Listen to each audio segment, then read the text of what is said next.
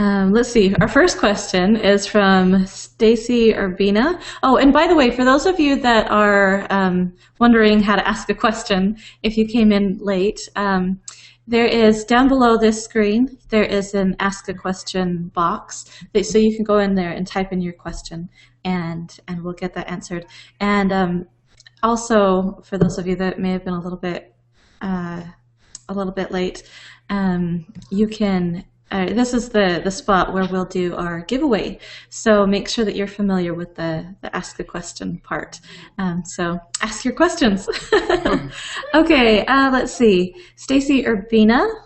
I hope I say that right. I just, every time I have to apologize. I hope I get your names right. And if I don't, I'm so sorry. Okay, so Stacy asks, Anne, you're so talented. What is your favorite part of what you do? Oh boy.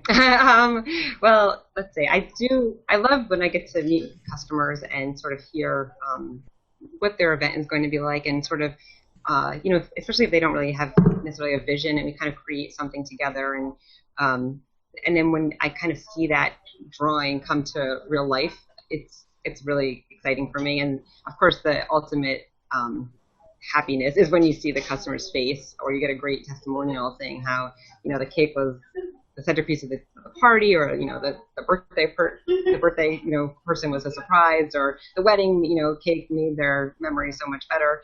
It's just so rewarding, and it's such instant gratification on a selfish level, because it's every week I get to see it. It's not like I have to wait for like months, So it is definitely instant gratification to see and hear people's responses to your artwork. Well, that's the best part of what we do, isn't it? Yeah. I think that at least you and I were one and the same, because that's my favorite parts too. I know, and a lot of people say like, "Oh, don't you hate like getting rid of the cakes or cutting them?" But I don't really feel that way. I feel like that's what they're meant for. That's their destination. Exactly. Yeah. And they're one of the best parts is having people cut into it and taste it. And, oh, this is so good. Right. Right. So, exactly. Yeah. Exactly. All right. So we have Rachel Squirrel says, do you think that pursuing education as a pastry chef is essential in the world of cake decorating? We get that question a lot as well. I think that it definitely cannot hurt you, because like I said, I've baked a lot my whole life. I understood the science of it, but when you get a pastry education, you learn a lot more science than you ever even realized, that can help you troubleshoot later on, or you might learn recipes that you would not know how to make otherwise. Learning how to make custard and mousse, and whether it's working with sugar, like poured sugar or blown sugar, you never know when that knowledge might come into play. I don't do a ton of poured sugar, but we recently started doing some of it, and without that educational piece, I don't think I'd be too scared to even do it.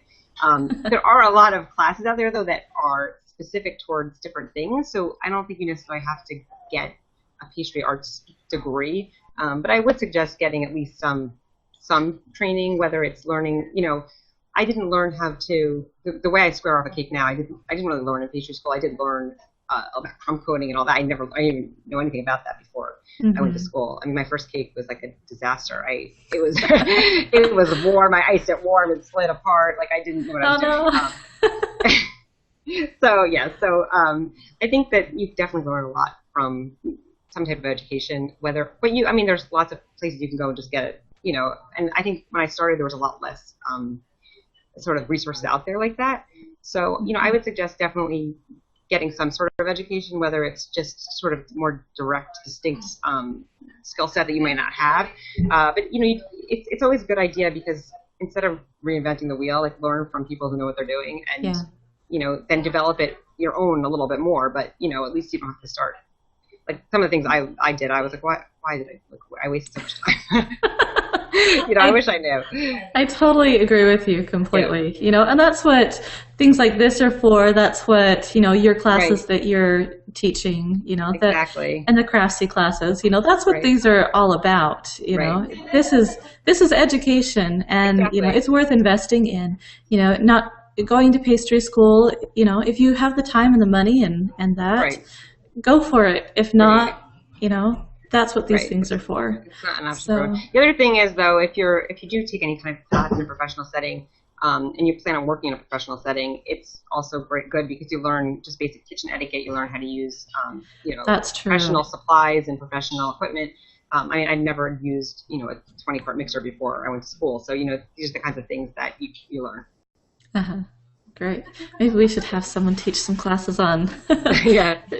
setup of, a good setup for a station, or, the things Right, that you learn exactly. in culinary school. Maybe we Right. should do something like that. That would Yeah. be useful. Yes. All right. Oh, here's one. If we can touch on this really fast.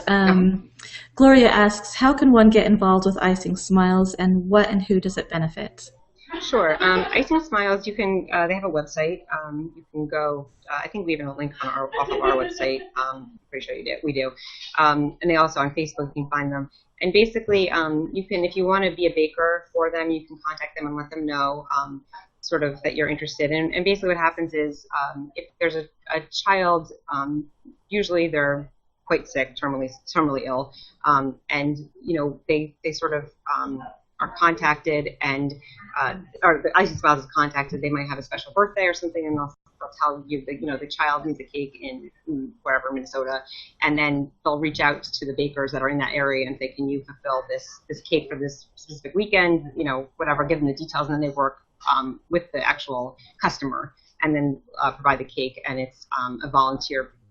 Obviously a volunteered basis, so there's no reimbursement for the baker, and it's a great organization because these people are so grateful to have these cakes for these celebrations for these kids' birthdays or half birthdays or whatever it's for.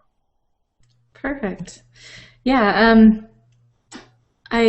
I've done one Icing Smiles cake, and that was really it was so rewarding. It's so rewarding. Yeah, it really I was caught up in the moment of, making sure the cake gets there and set up and everything. Yeah. But my husband, he told me afterwards, he said, I had to leave the room. I was choking up so bad.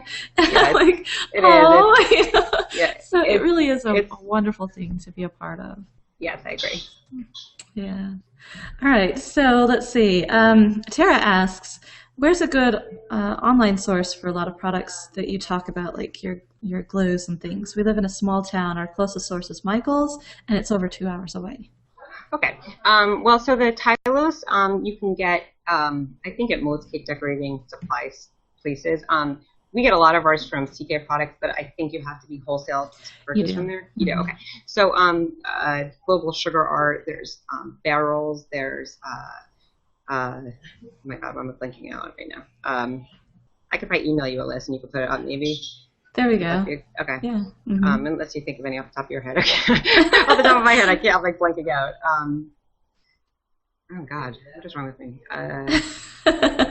Well, I'm sure in the chat box there's a whole bunch of people typing in. Well, there's this place, this place, this place. Okay, so good. Thank you. Read your chat box. I'm sure that everyone out there has their favorite place to Even go. Amazon, Amazon is That's true. Stuff.